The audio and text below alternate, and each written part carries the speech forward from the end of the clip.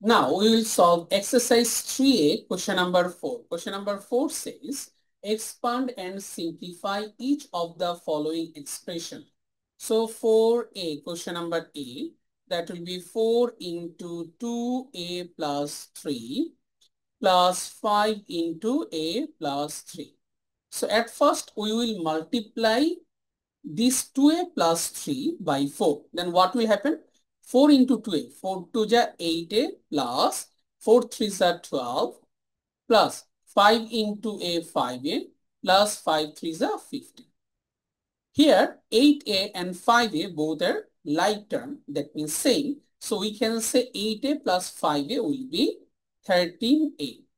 And 12 plus 15, that will be 27. And that is the solution of question number A. Now question number B. Question number B says 9 into 5 minus 2b plus 3 into 6 minus 5b. So at first we will multiply 5 minus 2b by 9. Then 6 minus 5b plus 3.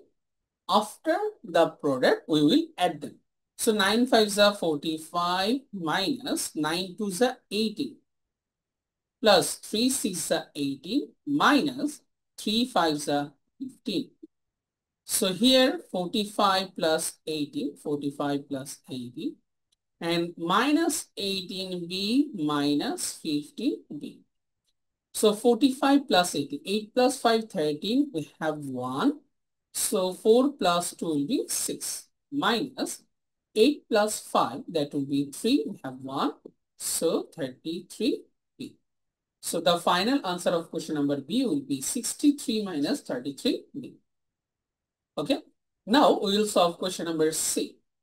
Question number C says C multiplied by 3C plus 1 in